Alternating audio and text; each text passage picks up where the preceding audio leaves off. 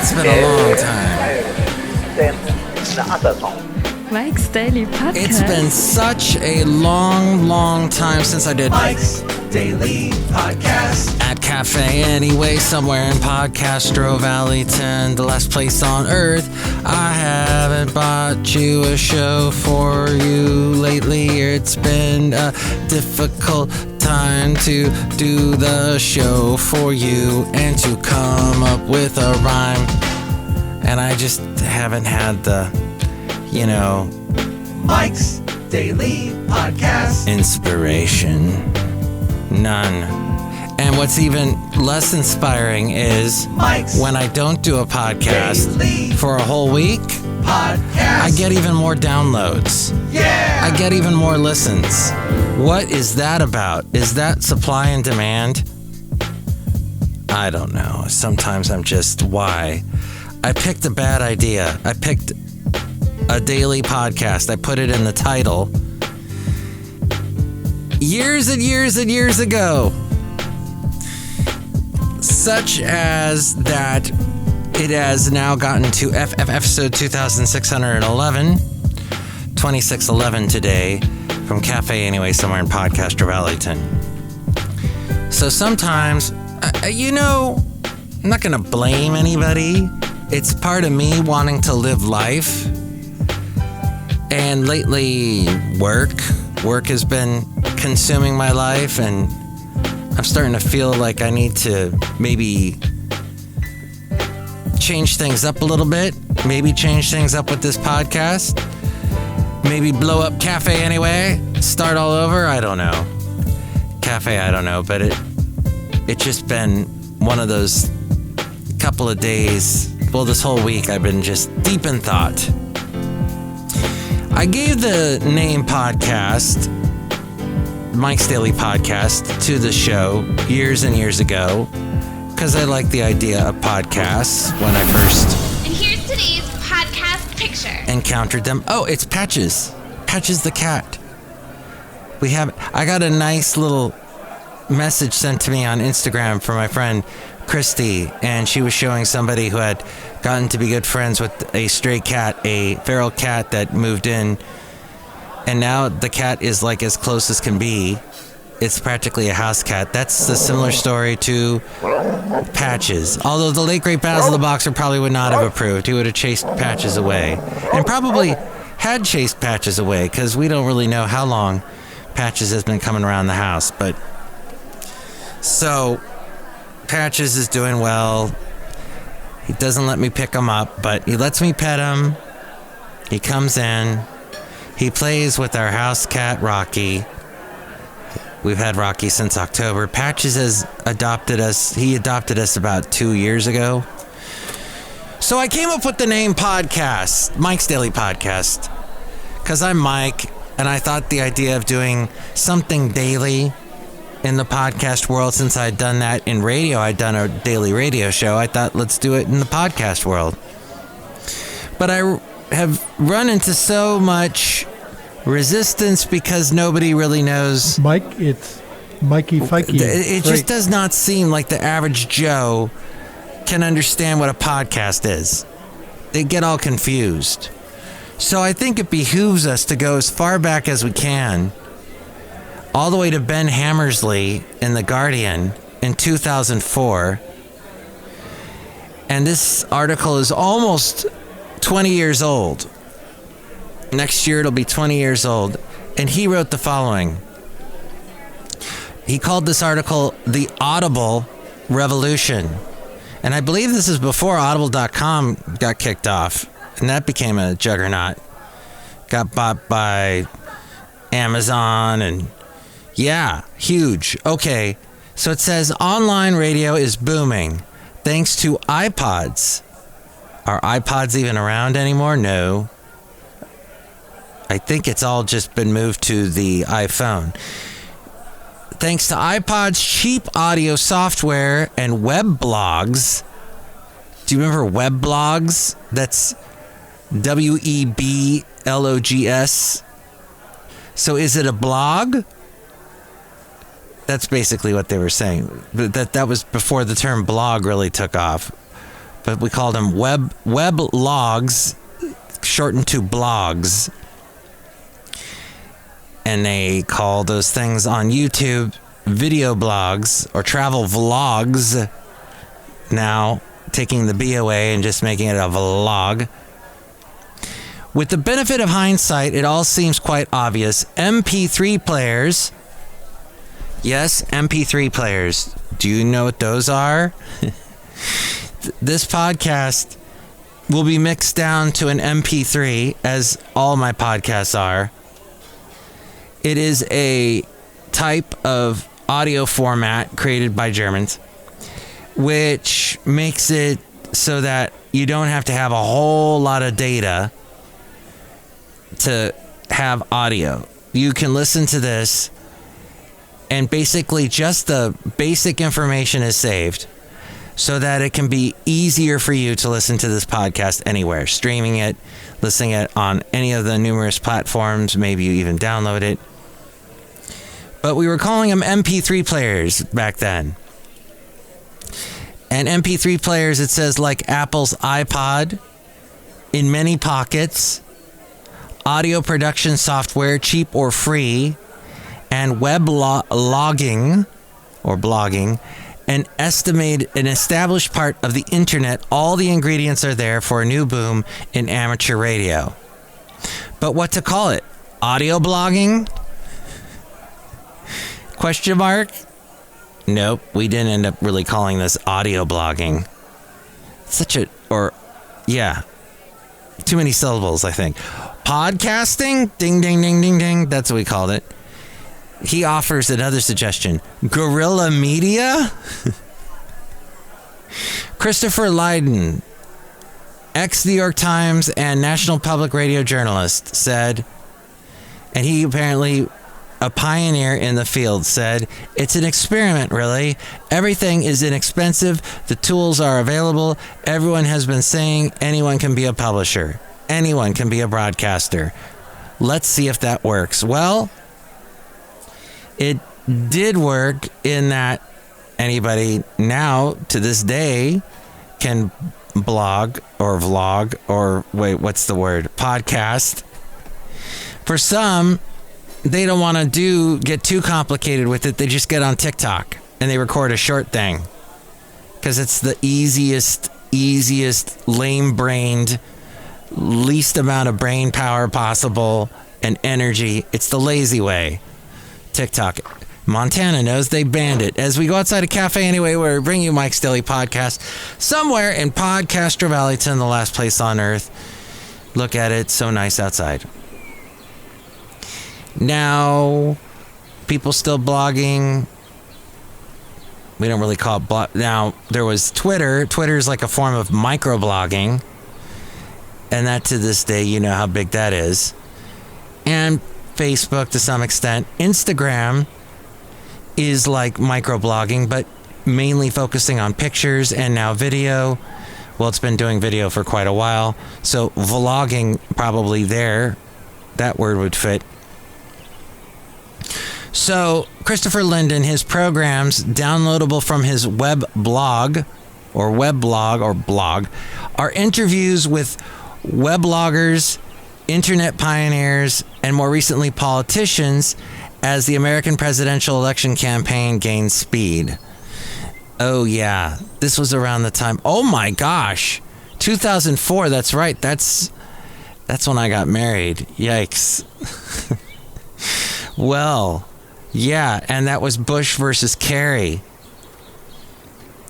So, interesting. When I spoke to him, says Ben Hammersley, Linden was in Iowa reporting for his website from the caucus. With no publisher to appease, no editor to report to, and an abundance of cheap tools, he says he feels unleashed to work directly with his audience. This, he says, is something that newspapers can only dream about. They all have institutional envy of this.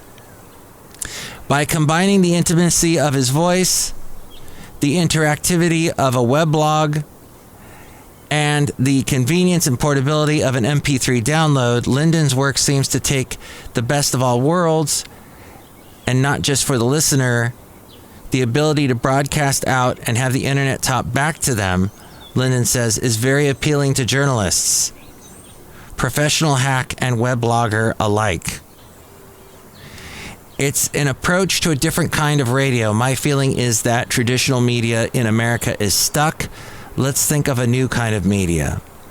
What's interesting, though, is we have not lost the old media. It's still around. Now, however, all old media uses the new media, uses podcasts. If you do a radio talk show, you're going to podcast. NPR constantly promotes its podcasts and puts podcasts on its radio shows. Oh, wait, but I stand corrected. Audible did exist, audible.com. Many people are seeing the internet as a medium that can garner a great deal of feedback, says Jonathan Corzin, Director of Public Relations for Audible.com. Audible is an American company which started off selling downloadable audiobooks, but now, Corzin says, its fastest growing market isn't books, but downloadable radio programs. They sell subscriptions to recordings of many popular daily American national talk radio shows, and even to read-aloud versions of the New York Times and Wall Street Journal. The freedom given to the listener of being able to choose when and where to listen to their favorite program is proving extremely popular. Add that to the feedback fostered by the increasingly online savvy leadership that are searching these things out, and you have a potent mix. Liberating the listener from time and space and allowing them to talk back to the program makers is one thing. Liberating the program makers is even better. You can get away with a lot more on the internet. Interesting. And it mentions here Susie Bright, the American sex writer, has a downloadable weekly show. I don't know what happened to her. Oh, wow. It mentions LiveJournal. I think I still have a LiveJournal account. And then there was something called Audblog, AUDBLOG, who people can create audio postings. Oh, wow. Now it mentions all kinds of... The Blogger web blog, which that became Blogspot, which is owned by Google. Dang, there's all kinds of stuff mentioned in this article that I don't think exists anymore. And there's It's a nightmare of a show. Hi there, Mike. How are you? Okay. I'm sorry, I got slightly stunned. Live and loco. 6,000 radio shows from the 30s, 40s, and 50s. Oh, that was on a website called rusc.com. Huh. I wonder if that still exists. Oh, here's a radio person back in 2004 that was using podcasts. Dave Graveline presents Into Tomorrow on Miami 610 WIOD-AM. Or on your iPod via graveline.com. Okay. Wow. Well, that's on theguardian.com. You got to search in their archives, go back to 2004, and you'll find that article. Or you can go to the Wikipedia page just type in podcasts, and it tells you all about that, and Adam Curry, and all the people involved with getting podcasting off the ground. Such as it is. I have never made any money off of this. I enjoy doing it. But is it a medium that will ever excel radio or excel other mediums? Nah, I don't know. And people make a bunch of money on YouTube till they get deplatformed or something tragic happens to them. A lot of people, it seems like video bloggers end up with some sort of horrible demise at some point, but I'll keep podcasting for now. Hopefully we can get this podcast back daily again. As for people making money with the stuff they do, the creativity they do, Keanu Reeves has had a nice big thing happen to him, and that is he hit a major box office milestone thanks to his John Wick franchise. While the last few years have seen Keanu Reeves have a couple of various roles like Ted Logan and Neo, and then Bill and Ted Face the Music. Oh, and The Matrix Resurrections, respectively. Arguably, the biggest way he stood out over the last decade has been leading the John Wick franchise. This according to CinemaBlend.com. Across 4 movies, moviegoers have watched the title assassin eliminate all sorts of enemies in the criminal underworld he'd previously left behind. And thanks to the performance of John Wick Chapter 4, this franchise has finally crossed the $1 billion mark. This is the second Keanu Reeves-led franchise to cross $1 billion, as 4 Matrix movies have collectively pulled in $1.793 billion. So over $1.7 billion. The John Wick franchise has certainly come a long way from its humble roots, as the first movie was made off a budget between $20 to $30 million and drew in $86 million worldwide. And speaking of celebrities with a lot of money, Jay-Z and Beyonce ended up buying the most expensive house ever in California. Ever, for $200 million. And it's such a big story that my computer froze. But there you go. And there was one other story here. Oh, Boebert, the lady who you all love, is getting a divorce after, I think, being married 12 years. And there was a bit of controversy. 17 years. Wow. Jason. So apparently her husband Jason was served the divorce papers by a server. And the server claims that he was cleaning his gun, Jason was, and that he sicked the dogs on the server, on the process server. And he was drinking a beer out of a glass, to which Boebert said, nope, all that is false, because he doesn't drink out of a glass. He certainly wouldn't drink Bud Light. And that's a slam against Bud Light for all the woke stuff they've been lambasted for recently. And then she said, I've got footage from our house security camera showing that the dogs were not set loose on them, and the dogs were outside when the server pulled up. They never showed aggression towards him, nor did he appear afraid of them. So a lot of divorces that I've heard take place, when people try to keep it on the nice, they'll like talk about it and say, hey, I'm bringing the papers over today. And the other person, okay. And they try and work it out like that. When you hire a server, that kicks the whole thing up to a little more aggressive level, a little scarier level. And now we're talking lawyers. This will probably not be finished, this divorce, with a mediator. This is probably going to have high-priced lawyers, and it may get ugly. Just the fact that a server is being involved. From what I've seen in my life, when servers are involved, there's a great scene in was it the television show? Yes, Fireflies, which we haven't even discussed Fireflies on this podcast yet. Firefly Lane, rather. Not the great sci-fi TV show. Oh, the Katherine Heigl, Sarah Chalke thing. I guess I talked a little bit about it, about how Sarah Chalke could lend her E to Katherine Heigl's last name because it seems like it's missing an E. Oh my gosh, that show has such a sad ending.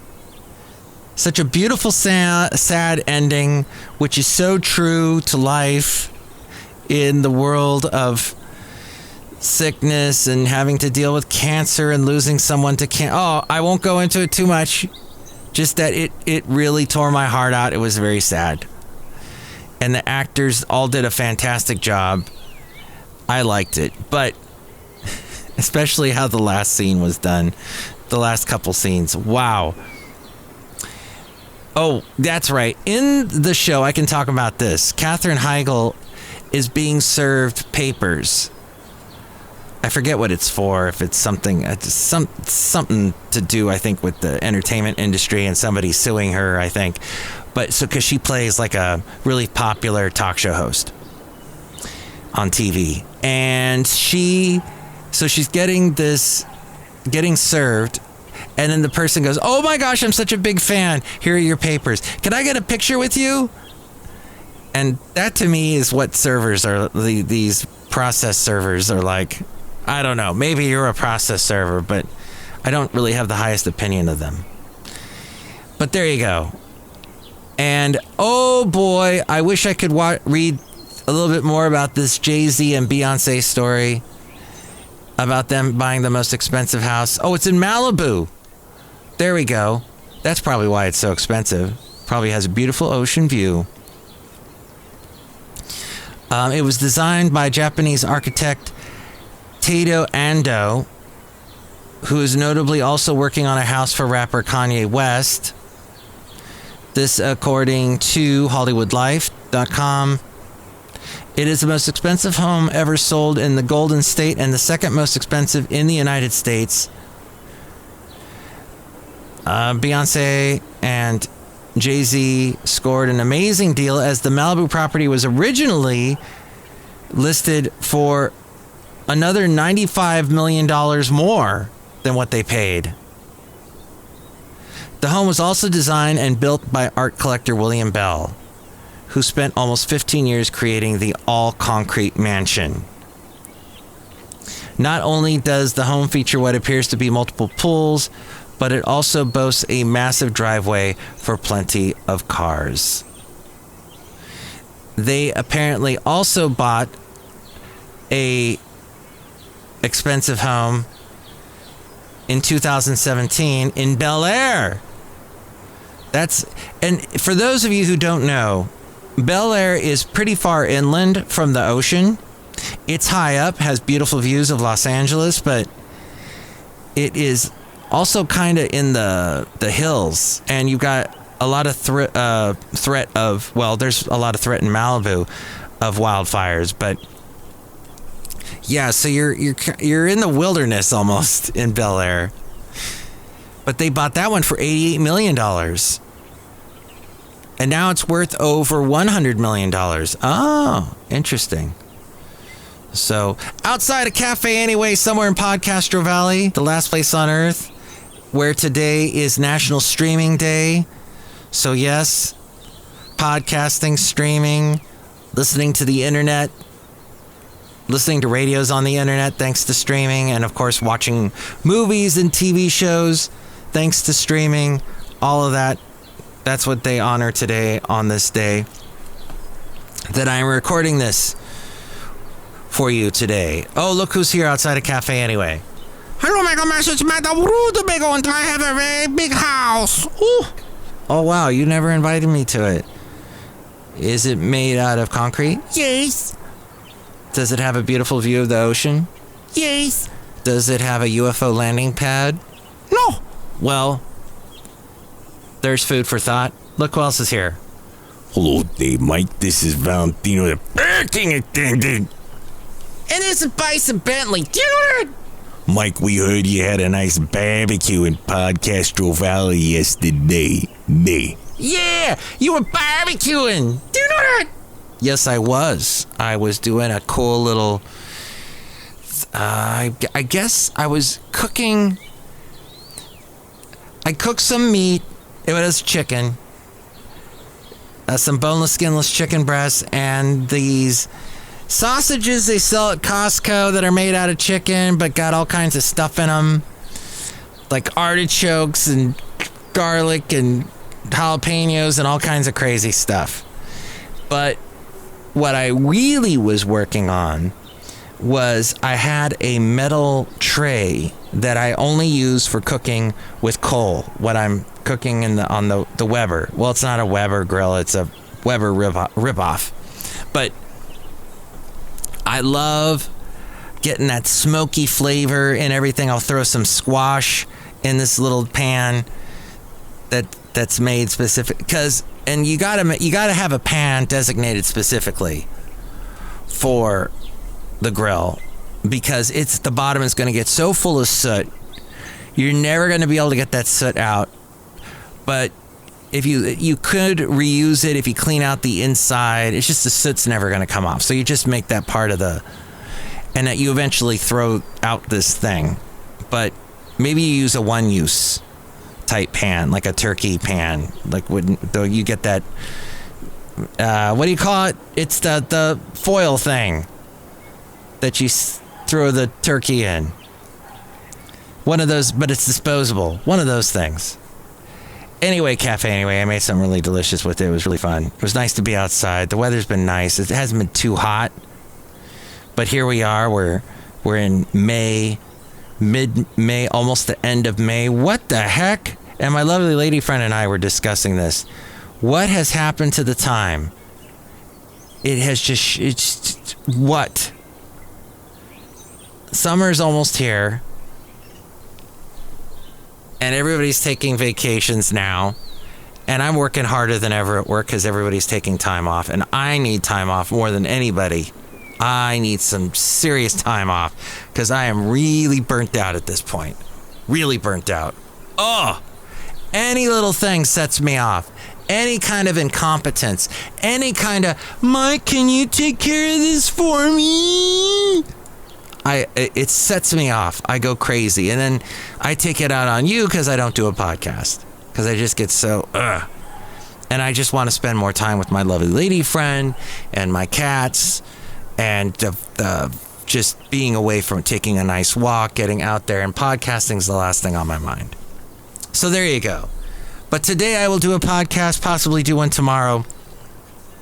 I'm going to wrap up the podcast with the segment called Let's Go Back with Matthews. Let's go back with Matthews. Yes, once upon a time, I was on the radio doing a daily show on the radio. The impetus for Mike's Daily podcast. Hey, I'll keep doing something daily like I did on the radio. And this was a show I did called the Santa Fe Cafe. Did it Monday through Friday, weeknights on a country station called Kehei in Ventura. And here's a little bit of it from 20 years ago. Let's listen, shall we? If this thing plays. 100.7 KHAY. This is Matt Michaels. I'm at the Kehei Santa Fe Cafe. Oh, by the way, I went by the name Matt Michaels. I flipped my name around back then. Isn't that crazy? Oh, I didn't even say the big thing! Just before I hit play on that, I got to talk this week. Oh, see, this is why I should do the podcast more often. Stuff happens to me every day that is, I think, pretty interesting. In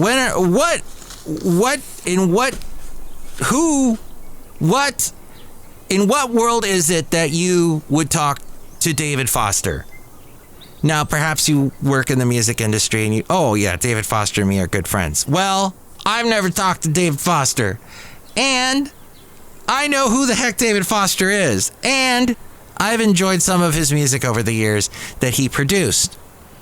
If there were no David Foster, you would have no song by Chicago called You're the Inspiration, or You're a Hard Habit to Break, or Everybody Needs a Little Time Away. Or you wouldn't have the Tubes. She's a beauty, she's 1 in a million, girl. 1 in a million, girl. Why would I lie? You wouldn't have Talk to You Later. I'll just see you around. She won't even miss me when she's gone. Ooh. Okay, so keep that in the back of your mind. That's a little tease for what's going to happen in about 40 seconds. So here's this. And the cafe question tonight having to do with weddings and how sometimes things go slightly, they're not always perfectly how you thought them. Sometimes they are for a few people. But most people I know have had at least one or two interesting things go awry. Like, I don't know, the cake showed up late, or the preacher showed up drunk, or something to that effect. And we are finding those out from you. And, oh, look who's here. It's the disgruntled fiddle player. I might tell you what, I can't find my fiddle. Sure. No, really, I can't. He's gone.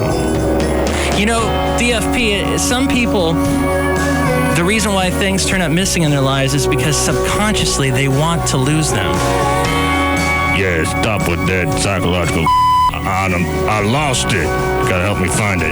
First, I gotta play Shadazy's new one, Mine All Mine. See, what I was insinuating there was the disgruntled fiddle player, since he hates his fiddle, he lost it, which he would agree with me today. I think he was on the last podcast, if you want to hear him. Episode 2600, 2600. There, you know what? I said it multiple ways. And you know what? The rodeo's going on. And he and his wife, Benita, the rodeo queen, are probably there at the rodeo there, Rowell Ranch, in between Dublin and Podcastro Valley. So, the point is that when I got married in 2004, and a friend of mine just got married yesterday, things do go wrong.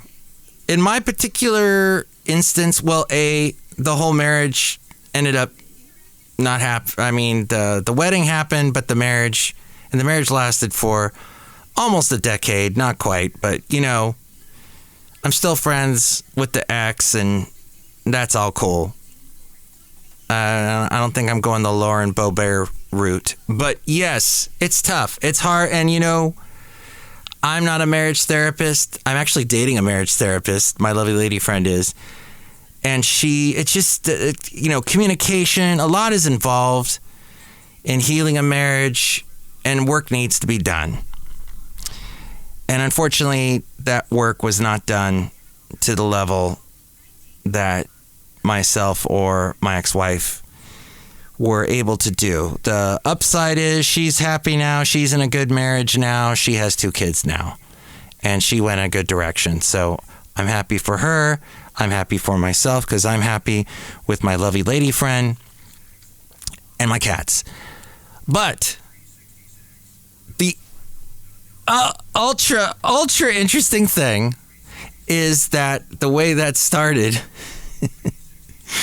I mentioned David Foster. Okay, I'll play you the little David Foster, the little interaction I had with him in just a moment. Now, one little more piece of this thing from 20 years ago. Before I was married, about 2 years before I got married, I recorded this. It's another stupendous KA Santa Fe Cafe regular. What song? Goodbye Says It All. By Black Hawk? Yes. That's a great song. I rather enjoy it. That was their first big hit song there. That's right. And is that out to somebody? Are you saying sayonara, adios to someone? Oh, no. I just like the song. I haven't heard it in a while. They're great. Of course, we lost Van Stevenson. Yeah, I know. That's sad. 650 KJY. Yeah. Goodbye says a great 90s, kind of rock, but they were more country. They were known as a country band, and that was the band known as Black Hawk. Oh, fantastic. Okay, so here we go. I did talk to, and speaking of well-known producers like David Foster, Henry Paul, who was in Black Hawk, was actually good friends with Shania Twain's ex, Mutt Lange, and they worked on an album with the group called The Outlaws years previous. But here's the producer that I got to talk to, and since I'm a huge music nerd, I had to talk to him about one of his songs.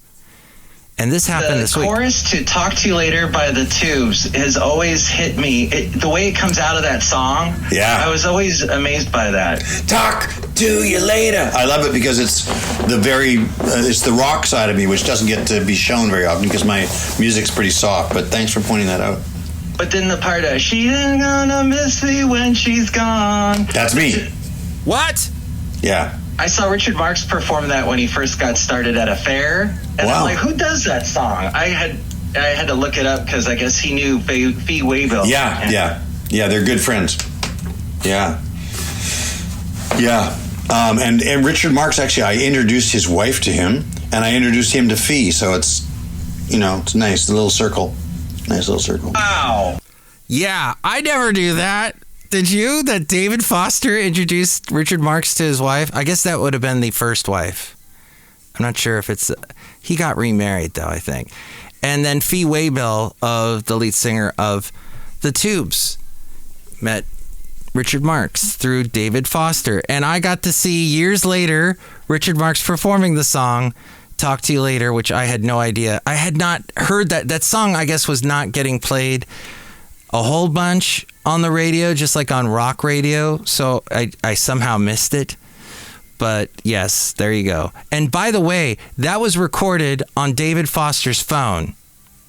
Not the Tubes Talk to You Later, but the little interaction you just heard.